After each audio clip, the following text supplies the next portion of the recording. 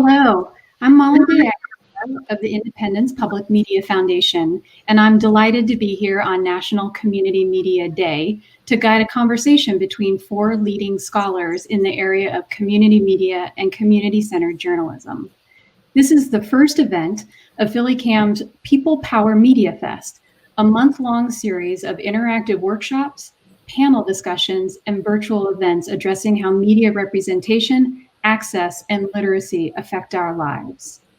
Today's panel, Community Media is Having a Moment, is being live streamed and simulcast on PhillyCam's cable access channel on Comcast and Verizon and on WPPM 106.5 FM in Philadelphia. Community media makers have been the storytellers and documenters of local history, culture, and politics for decades. Recently, this work has been the subject of several academic studies and publications. And even prior to the pandemic, community media and community-centered journalism was having a bit of a moment.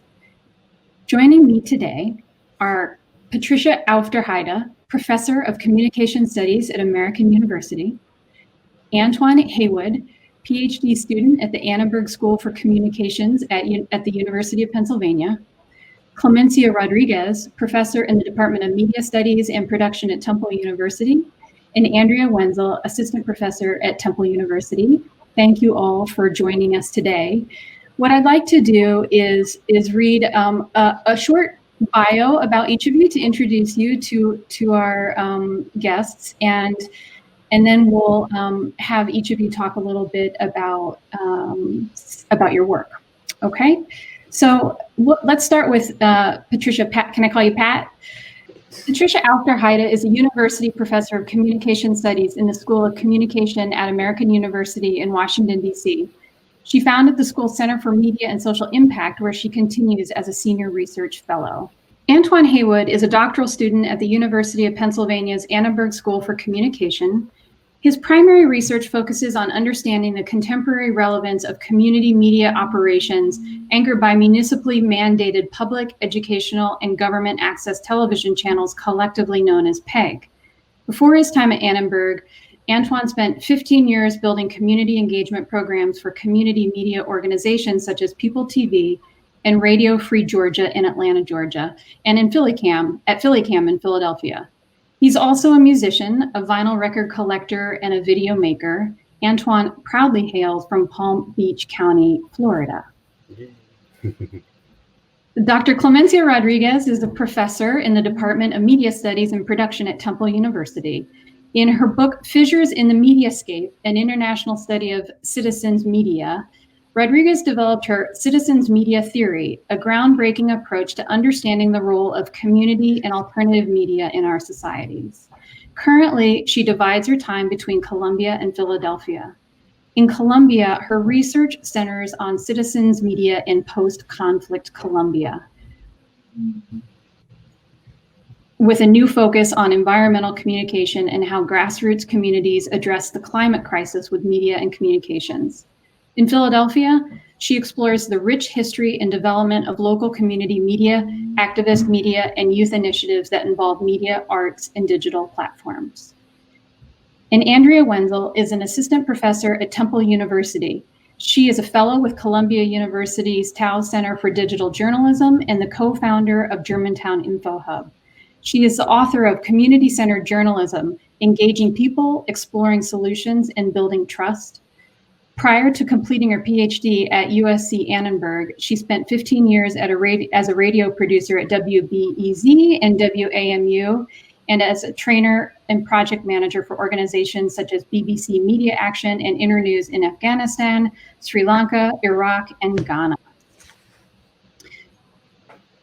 So I would love to start with Antoine and Patricia to discuss their most recent PEG COVID response survey and the work of mapping the PEG channels that you have done, Antoine. Could you help us understand what that work looks like and what some of your high-level findings are? Yeah, well, I'll start by, first I have to just say I am completely moved to be with in this space here with all of the superstars, many people that I admire. And yeah, this is just a very inspiring moment. But we are doing some great work, and it's a really exciting time for community media. And one project that I was really excited to work on this summer was looking at all of the PEG operations in the country. And I work alongside the Alliance for Community Media. Mike Wassenaar is the president. And we went step by step, state by state, I should say, county by county, just about looking at all the different formations of, public education and government television operations. We also looked at forms of local programming, so local community television operations that do local origination and least access. And so people can go to the Alliance for Community Media website, the website, and look at the About section. You can see the Community Media Directory and actually just type in your zip code and find out where PEG is near you. Now, one other project that I'm excited that really overlapped with, but was more timely, was what we did, the work with Pat Aufderheide and Mariana Sanchez Santos at the American University. And we digged into how, what did PEG do? How did it respond to COVID when the quarantine hit? And there were mandates across the country for people to go into isolations. Communities could no longer be connected, but people still needed news. People still had life to continue on.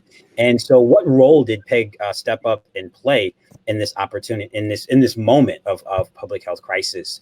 And we found that PEG operators, they were tech experts, in their communities. They provided important, timely news and information access, streaming meetings, government meetings online, streaming health updates from public health departments. They also served as a connector, which is very important, and really keeping communities engaged in vital activities, public activities, such as, I should say, rituals like graduations and memorial services. These things all matter, and PEG was really in the prime position to help facilitate that and make sure that these important public activities, community activities, continue to happen in this time of crisis. The fourth thing that we found is that PEG operations really served as an educational resource. So educators working in school districts that needed to figure out how to get content out to kids that are all even struggling with getting broadband access online. They were able to work with the PEG operations to put that on TV, and also figure out other accessible ways to get that out to students. And it's really, really a time to really think about just this vital role. And PEG proved vital, is what I should really say, as an essential informational hub in this challenging moment. And so I'll let Pat also add on some larger takeaways too about what we found in terms of what PEG has done for just sustaining virtual life.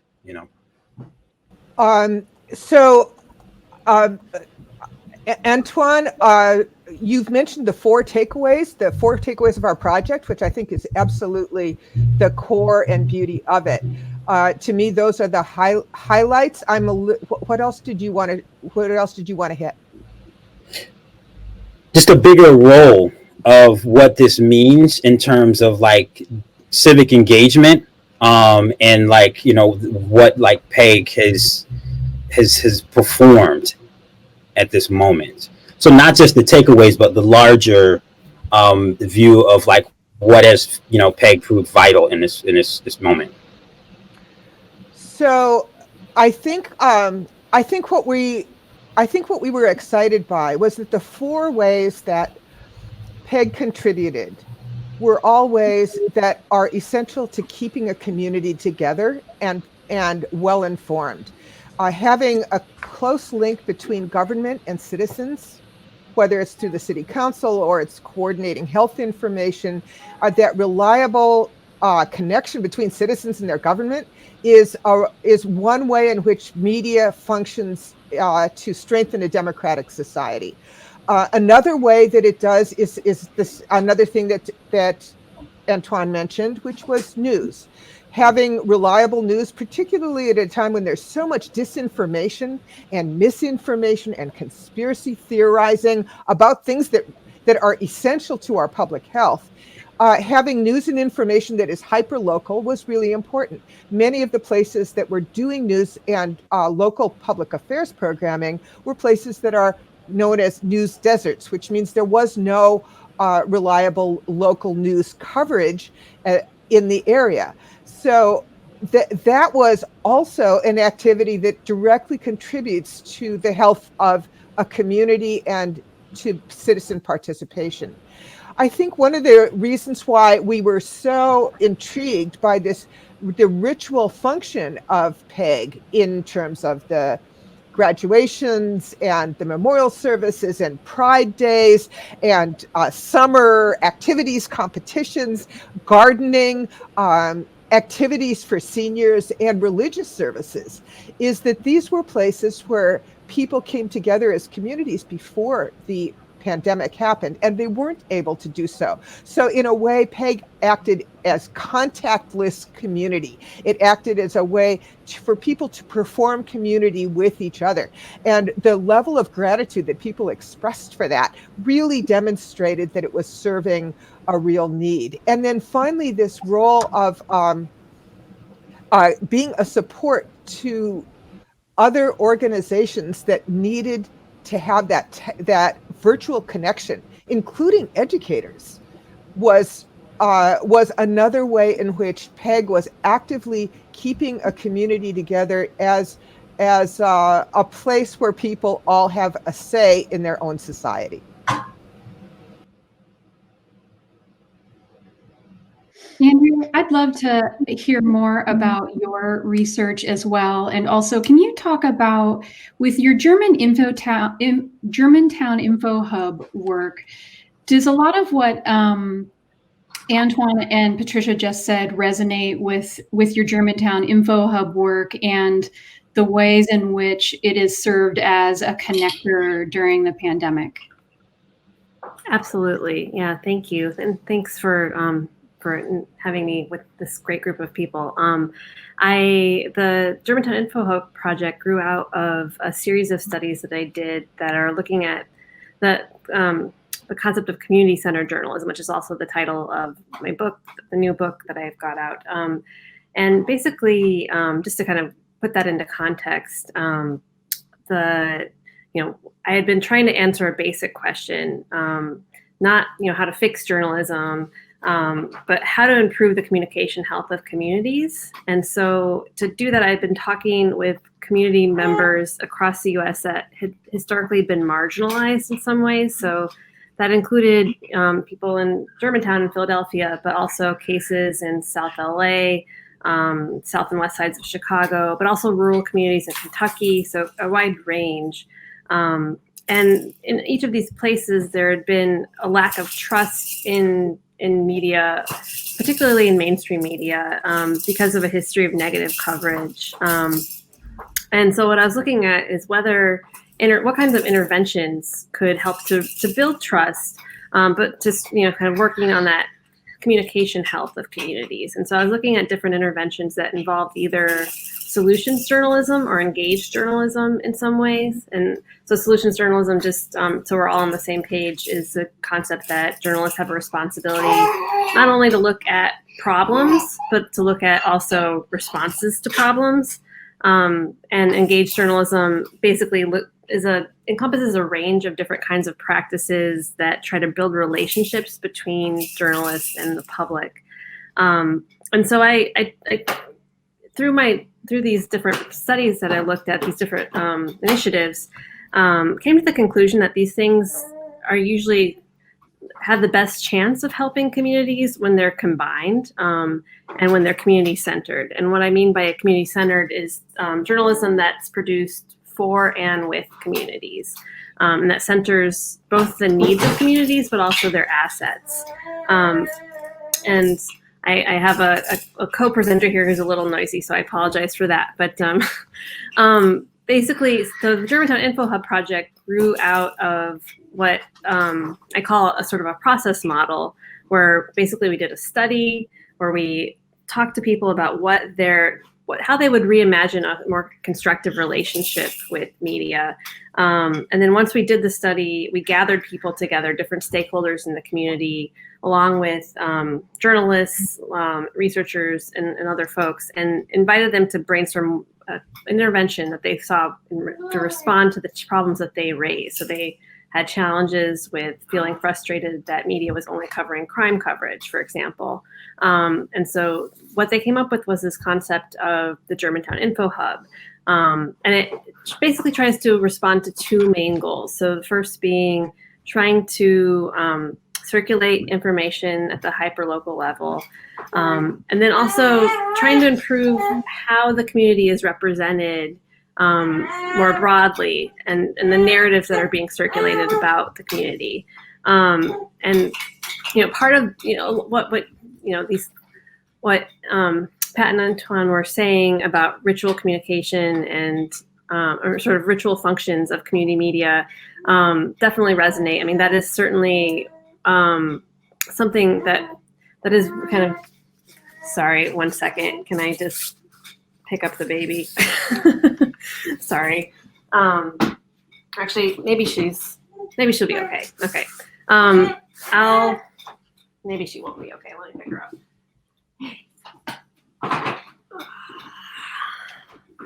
Okay. Sorry, guys. This is exactly what I thought was going to happen. This is Ruby, and I'll just leave her head kind of awkwardly cropped in here. So the Germantown Info Hub project, I apologize for the interruption there, but basically the project works by having a collaboration between a community advisory group, a staff with a community organizer and a community reporter, media partners, and researchers. And we do activities, include storytelling activities that are, we have a website with a mix of community news, solutions-oriented stories, profiles, events, and resources, but we put equal effort into the outreach part of the project. So drawing on community organizing strategies. And so, normally when there's not a pandemic, that's a lot of face-to-face work, pop-ups and tabling, but also sending out SMS text messages. And one of the activities we've found to be most meaningful has been convening people. And that continues to hold true in the pandemic, people wanting to just kind of be together with each other. In normal times, it's convening to talk about different community issues that people nominate. So it could be everything from talking about gun violence to talking about trash, to talking about redevelopment concerns. But we also have accountability conversations where if there's been reporting done about Germantown, we'll invite the reporter to come in and talk with community members to get feedback on it.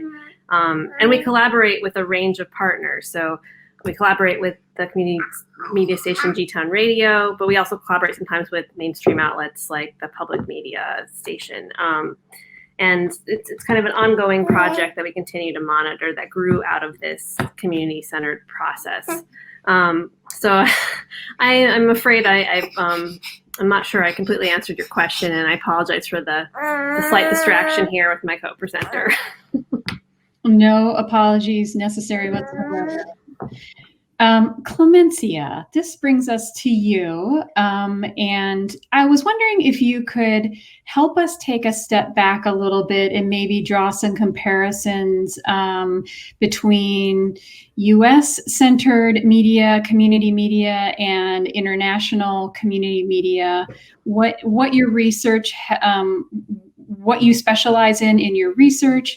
Talk broadly about community media and why we need it, and the importance of protecting and building that community media infrastructure. Well, thank you, Philly-Can, for this opportunity. Thank you, Molly, for that awesome question. So let's see let me start with some specifics. one of the, and I'm gonna focus when you ask me to compare the U.S. with the rest of the world, I'm going to focus with the region I know the best, which is Latin America. And I'm gonna take you back to the 1940s in the mountains of Bolivia, where tin miners used radio stations way back in the 1930s and 1940s to support their fight, their struggle against mining companies. And so so as you can see, community radio and uses of radio in social justice struggles in Latin America goes way back to the 1940s. And it's interesting to see that those radio stations that were used by the tin miners in the 1940s in Bolivia, some of them were owned by the Catholic Church. But, and I'm bringing this up because one of the reasons there's so much and so many community media in Latin America is because of the radicalized Catholic Church. And so a lot of those stations that were in the hands of the Catholic Church, when the Catholic Church radicalized and made not the entire Catholic Church, of course, but when they made a commitment to supporting social justice struggles, many of those media outlets went to the communities. In other words, the priest of the small town or rural community would say, okay, I just want 1 hour a week for me, for my religious stuff, but I'm giving this station to the community. And so this is a very old and long tradition all over Latin America. In contrast, the Community Broadcasting Act passed in the United States in 2005. And so as you can see, there's a long history of community media that the U.S. is kind of new to. And the reason behind this is the strength that commercial corporate media have always had way back since the 1800s in the United States. And so this is always the struggle in the US, as the people who led the initiative to legalize community radio in this country can tell you, is that the whole time they're clashing against commercial broadcasters trying to impede the democratization of the airwaves. The other aspect that I would bring up is that, of course, the ecosystem is very different. So in Colombia, for example, where I come from, and where I still, spend a lot of time and do research, an internet connection of the kind that we have is the equivalent of 30% of the salary of a working person. So that means that most working people and working families, working class families, do not have an internet connection like the ones we have. In Tunisia, only 2% of all cell phones are smartphones. So in Tunisia, the use of Twitter or Instagram or Facebook is not the same as in the global north, obviously, because it's much, much more expensive. So that means that the communication and information needs of communities in the global south are very different. And for decades, community media in the global south have found a way to address those needs that sometimes are mere information. So, because of lack of telephones and lack of digital and lack of internet connection, then community media coming to fill that void, which doesn't mean that there's no needs in the global north. It's just that you have to pay attention to where those needs are. So, for example, prison radio. people who are experiencing incarceration are one of those communities who need a lot of media and communication to express their experience, to connect with their families, to speak the world in their own terms. And so that's where community media in the global north can come in and fill the major need. Thank you so much. That was fascinating history you shared with us. I want to throw open a question to all of you, actually. I'm curious about what drew you to media in the first place, and what was your pathway to researching community media and community-centered journalism? Who wants to start?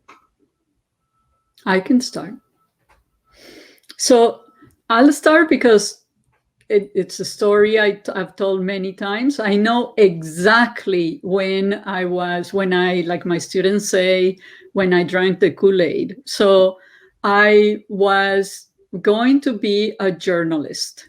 That's, I'm 20 years old or no, it's younger, actually 17 years old, trying to decide what I'm going to do with my life. And I decide that I want to see the world, and a profession that allows me to go from one place to another, etc., is to be an international journalist. And so that's why I went into the School of Communication in my native city of Bogota.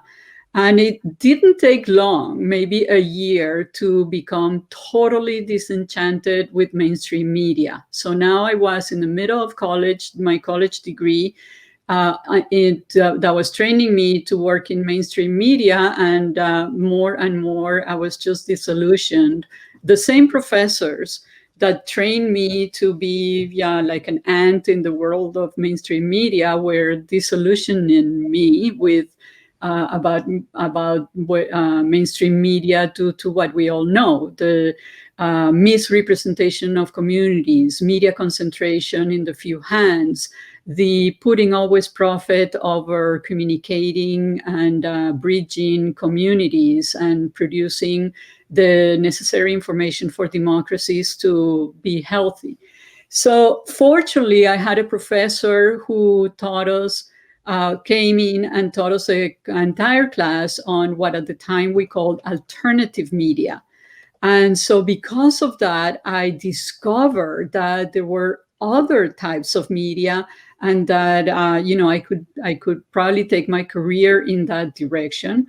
And right after graduation, I went to work for an NGO, very leftist NGO, and my job was to support social movements in their media ventures. And I remember one day that we went to help a coffee farmers association, like a co-op, coffee farmers co-op in the mountains. There wasn't even a road to get there. We had to so the idea was to train them in video production. We had to put all the equipment in a mule, and my colleague and I were on another mule on a mountain trail to get there. And we trained these farmers on how to set up the camera on a tripod, how to deal with different lighting conditions. So for that, we went inside someone's kitchen because it was very dark, and we wanted to shoot in a dark place to show them how to do it, etc. They wanted to produce a video about their coffee co-op. And at the end of the day, someone said, "Can we see the footage?" And so I had the necessary cables to plug these to somebody's black and white television. We asked the owner of the television set if we could connect, if we could use his TV. And it was in a small living room in a farmer's house. And as I was down on my knees plugging the camera to the TV, word went around the entire community And people started pouring into this living room because they wanted to see the footage. And so finally I pushed play, I turned around, and the room is packed with people. And it was the first time that these farmers were able to see themselves on a screen. And I was witnessing that, and I'll never forget that moment. You know, the fascination of their image, of being in front of their own image, and looking at their houses, their crops. One woman, when we got to the footage, and this was like raw footage, it was not edited, there was nothing. When we got to the footage about her kitchen, she said, "I never imagined that my kitchen could be so beautiful." And at that moment, I knew that I would never do anything different in my life. You know, I was totally hooked to what happens when you put media technologies in the hands of communities. Yeah, I can go. My path started off, I think it's somewhat similar. I didn't want to become a journalist, but I was all set on going into, independent film. And I graduated Morehouse College in Atlanta, and I majored in English just like Spike Lee, and so that's what I was going to do. Move to New York and join Spike in the good fight of making independent cinema and getting black stories told and on the screen. And before I could leave Atlanta, I came across the director of People TV, which is the organization that operated the public access channel there in the city. And her name is Allison Fussell, and she said, they're trying to start up this community engagement program over at a rec center. And so the long and short of it is, I ended up getting the job to open up a computer lab, and they wanted to do what they were calling multimedia at the time in this rec center. And I was like, okay, this is a cool gig. I'll do this for a little bit, and then off I go to New York, The first day I stepped in to teach my class, I didn't realize, but I was wearing one of my dad's sweaters. My dad was an educator. I come from a long line of educators. And I just had this moment, like Clemencia said, where I looked up, and then I had a group of students that were looking back at me, and they were just all elated and ready to learn and to exchange knowledge and to tell stories and to learn skills and figure out how to operate these new funny looking Mac desktop, things. And yeah, I was hooked at that moment. When Mr. Benny came in, and I taught him how to do a slideshow for his, I think it was like a 40th or 50th class reunion. And he had this look on his face, which is like, wow, I can do this. Like, I can make this. And, we also had youth that came in, and we worked and we did, video documentaries, and just the look on their faces and the response and how they took ownership of the work, and they just really felt that they had a voice. That's how I got started, and so here we are almost 20 years ago later.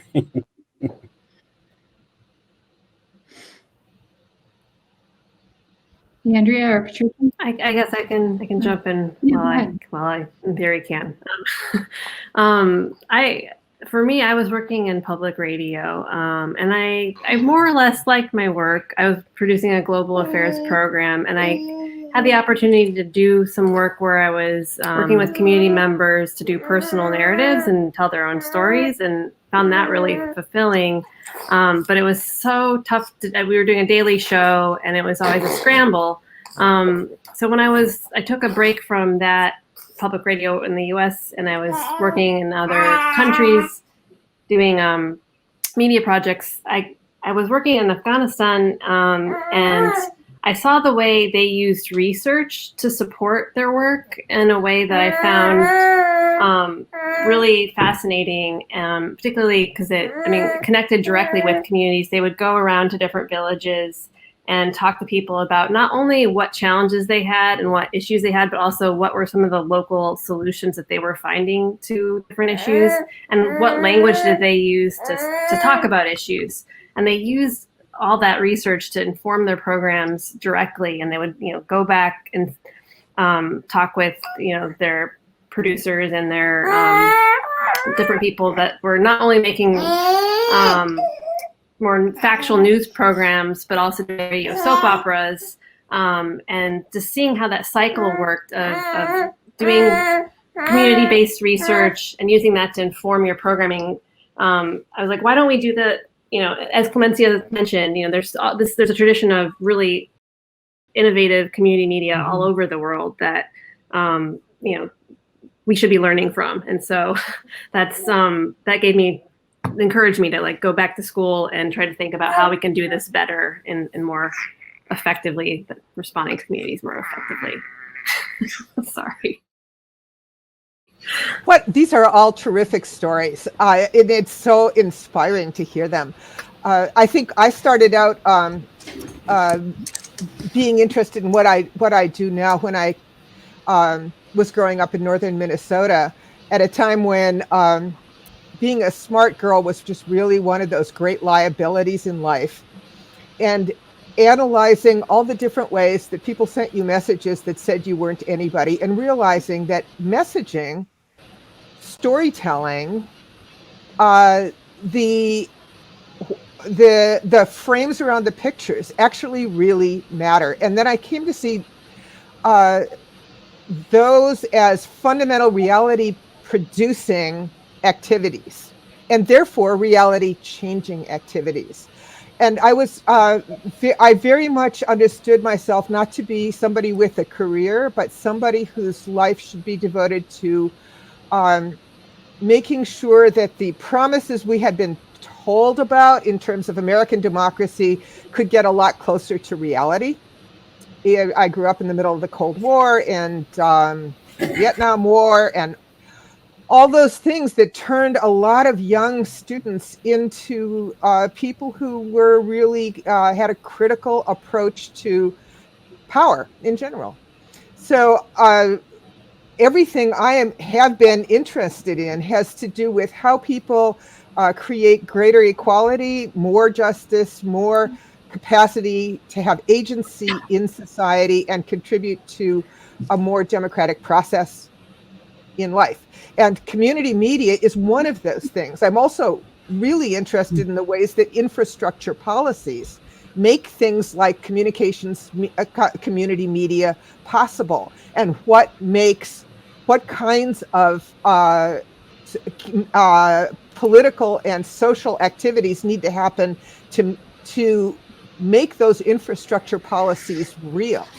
Something that we saw in our study, in this study that Antoine and Mariana Santos and I did, for instance, was the incredibly high cost of not having a functional universal broadband policy in this country, where people in exurban and rural areas across the country are disenfranchised in a way that sounds a lot like what Clemencia is talking about in Colombia or Bolivia. And some people have said this is the richest poor country on earth. There is really no reason that is justifiable at all for us to have a terrible broadband policy. But if we had a functional broadband policy, community media across the country could look a lot more like PhillyCam looks in Philadelphia. Amen to that. I just want to say how notable it is, how remarkable it is, the smallest details that you remember on this journey to being in community media, and how inspiring that is, and how you all talk about it as like a calling. And I think everybody who benefits from your work is very appreciative of that. I would also just like to second what Andrea said about the importance of a good research.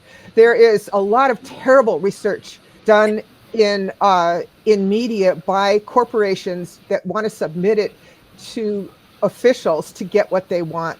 And there's very little independent research done by scholars that is done in a way that addresses political issues. And I think Antoine and I were very, very conscious as we structured this research, and Mariana was an absolute saint about doing the back end research to make it possible.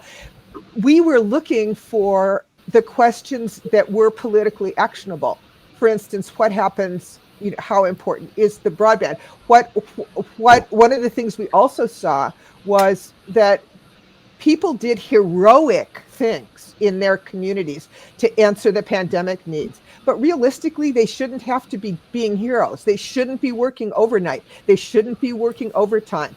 They should be decently staffed, because this is a really essential hyperlocal service. Yeah, can I add to that too?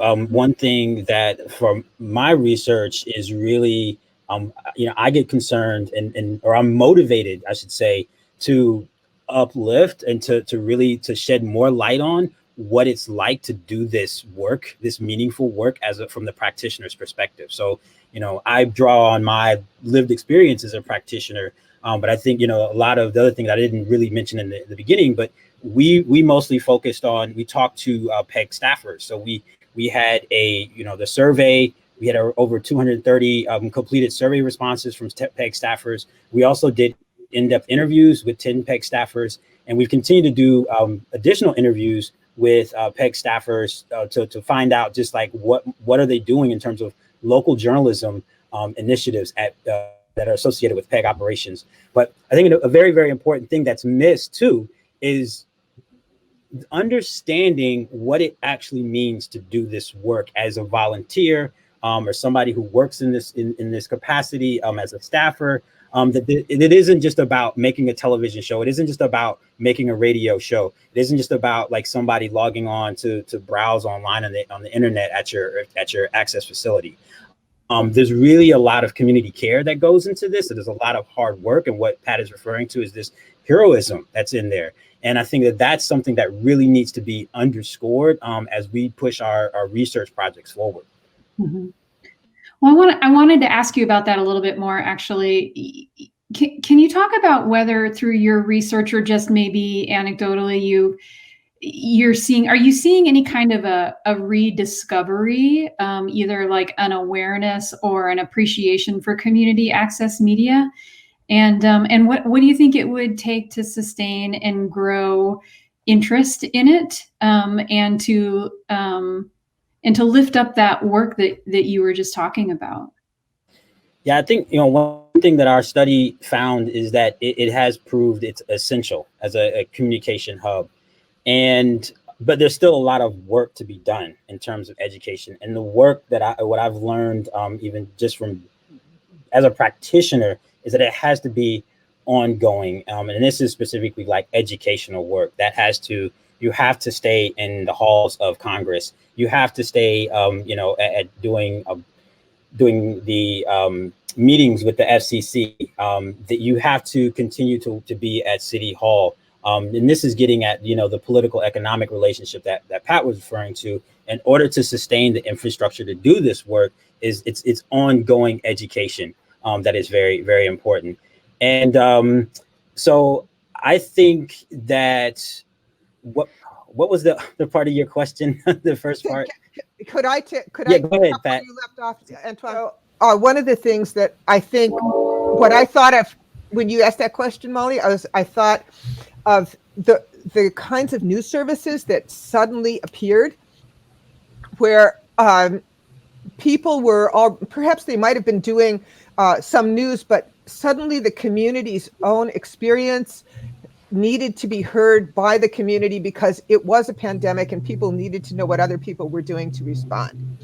And the people who were coordinating those programs absolutely needed to incorporate the volunteers from the community, and needed to do it in a way that it was not going to have to be heroic. It was going to be something that people could incorporate into their day as they were handling their children and their work and their lives and all the things that they had to do.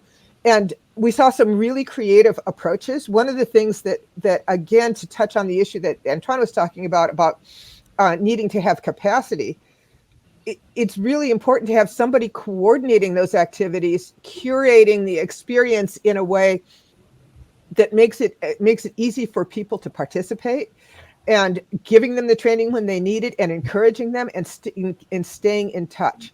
So it's not just, if you if you launch the website, they will come. It is a community building activity all the time, and that really does take resources. And like I say, people could pull it out on in a crisis and work overtime, but you can't ask somebody to live like that. It has to be decently funded so that these services that benefit the community can nourish the community on a continuous basis. Which means, again, that what Antoine is saying is you really have to pay attention to the politics of how this stuff gets funded. Mm-hmm. So I'd like to jump in because I find that an interesting question. I don't know how to respond. My view, looking at it from a global perspective, is that I don't think community media is having a moment. I think it depends on the place, and in some places, like in Latin America, probably community media is having a moment because they go hand in hand with social unrest, and social movements in Latin America are growing exponentially, and every year there's more and there's more people and they're more connected. And there's, young women's movements in Argentina fighting to legalize abortion, student movements in Chile for public education, farmers movements in Colombia fighting against free trade agreements. And as soon as you look at any of those movements, you start finding community media. And people appreciate community media and how community media are supporting the social movements. In other places like Australia, where community radio is 40 years old, I don't know. I think community radio is kind of getting too established for its own good. So with Heather Anderson, an Australian professor, we wrote an article recently, and part of her take is that community radio in Australia is kind of decreasing its creativity and kind of finding where it is needed in the community.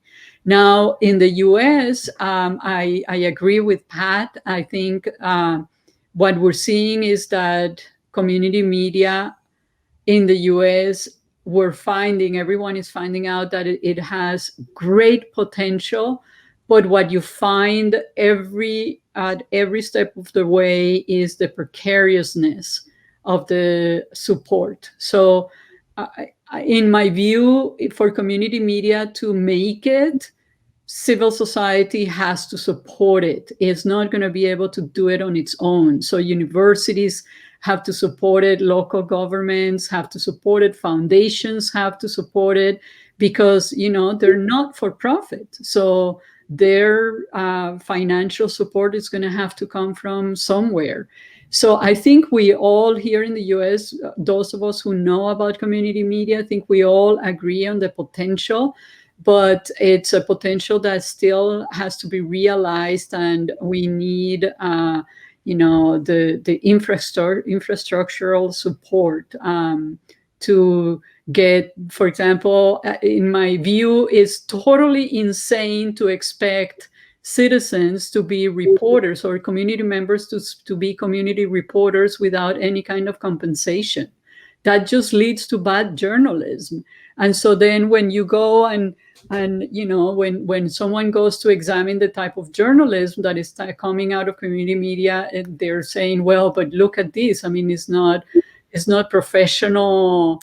It's not at the professional level. And then you go, well, of course, because there's no training, there's no funding, there's no support there, so that's unsustainable.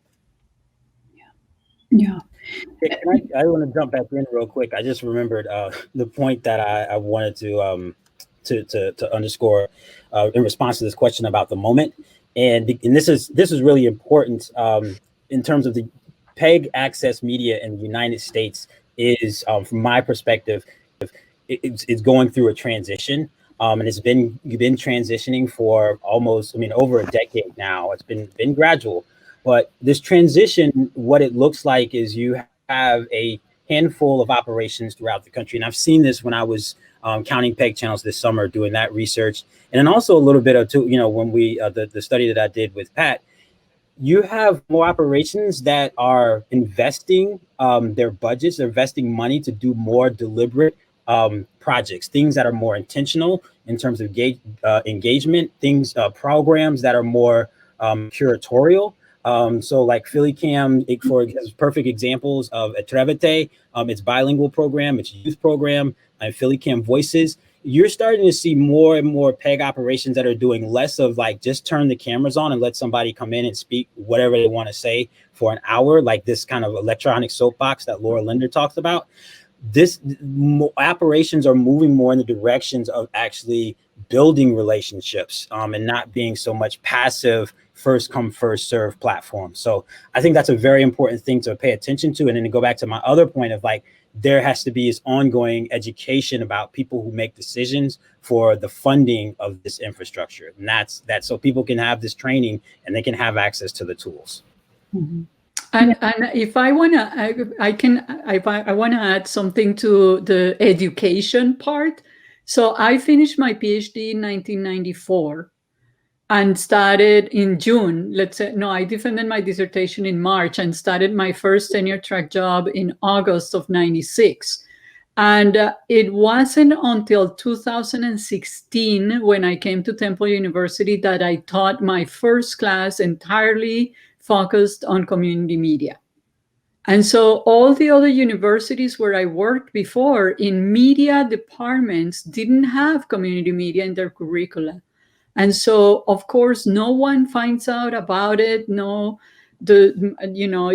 Even college majors in media studies graduate without having heard a word about the existence of these other media. And I think that's part of the reason why civil society is not supporting community media in the US to the point that it should, is because there's so much neglect inside universities and in media studies departments on this topic. Would you start at the university level, or would you start earlier than that in school?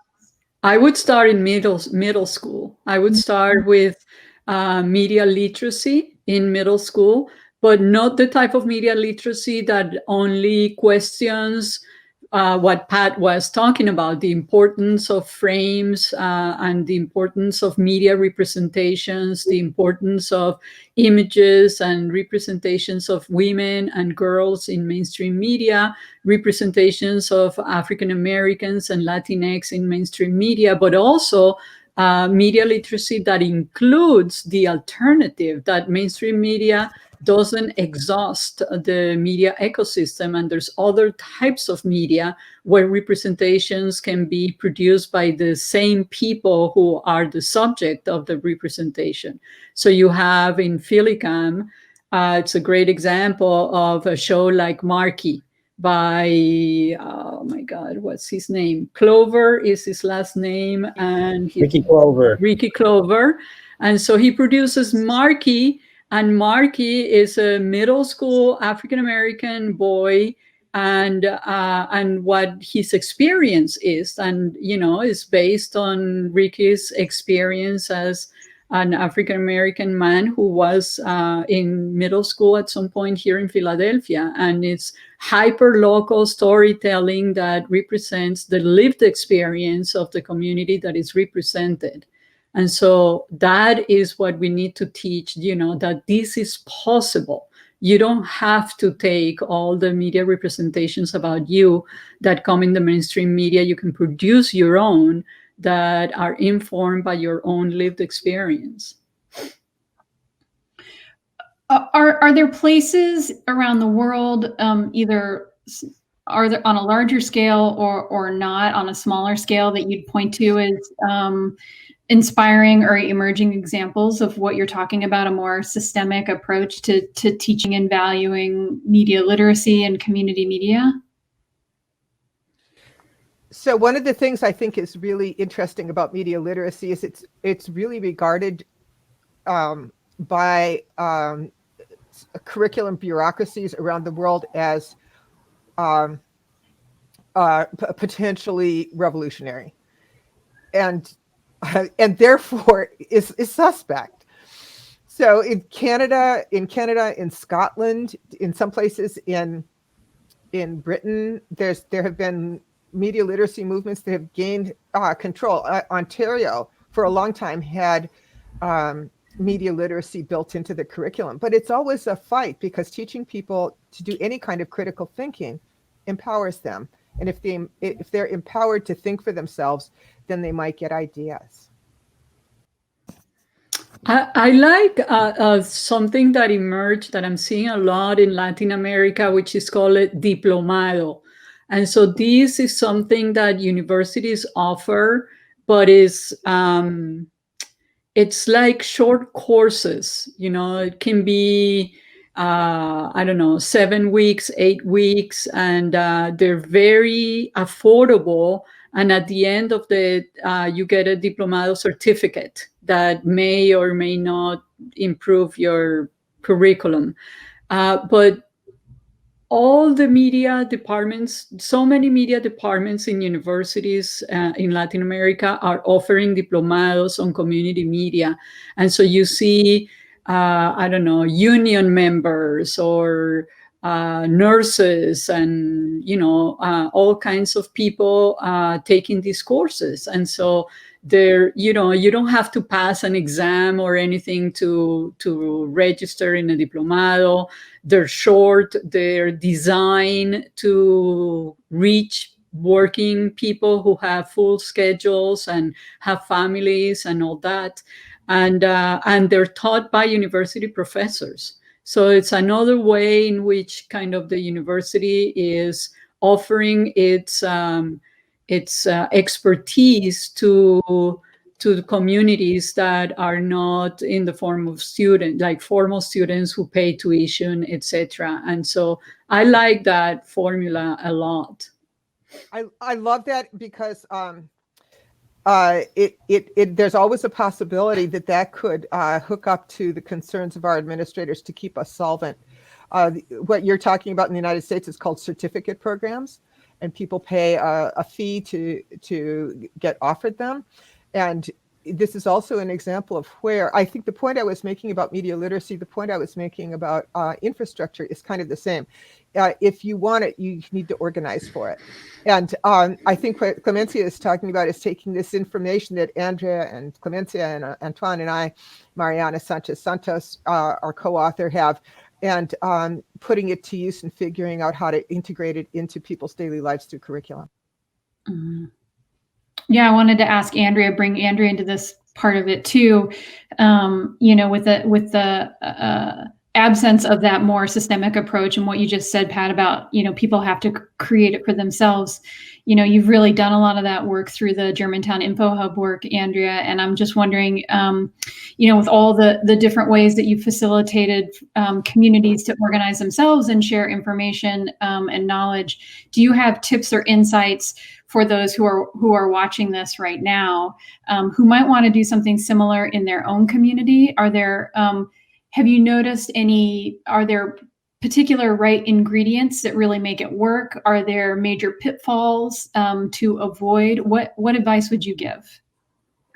I guess just to try to, whatever community you're working with, to try to involve as many people in the process as early as possible so that you're not dreaming up a project and then imposing it upon people. And then that you're also, ideally, if you can do some sort of initial research, it doesn't have to be a formal study, but something, try to look for both what are the needs in the community, but also what are the assets. So trying to focus not only what needs there are, but the strengths the community already has, because if you can build on things that are already there, you're more likely to have more sustainable outcomes. And I'll, for the sake of time, leave it at that. Okay. Are there, I know that we had talked earlier in this conversation about the importance of having particular people who are designated as facilitators of the work to organize the work. And so how did you do that through the Germantown Info Hub?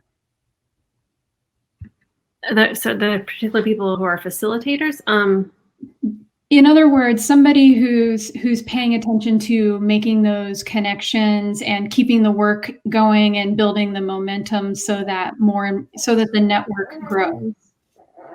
I think, one thing we try to do is use community organizing strategies as much as possible. And that's something that I would encourage folks who are interested in any of this kind of work. I think for community media and anyone, Free Press News Voices has some really great resources around community organizing strategies, both for community members themselves and for media who wants to work with community members. We think a lot about community organizations that have their own networks and how we can try to connect with them to sort of connect us to people because they already have trust in the community. But if you can kind of map out your community and then kind of use that to help lead you to the people and the places that you need to connect with. Well, there are so many more questions that I wanted to ask that we don't have time for. And I wanted to thank all of our panelists for participating in this really enriching and enlightening conversation today that's been presented as part of PhillyCam's People Powered Media Fest. The festival is continuing through November 20th, and for a complete festival schedule, you can go to phillycam.org. Thank you. Thank you.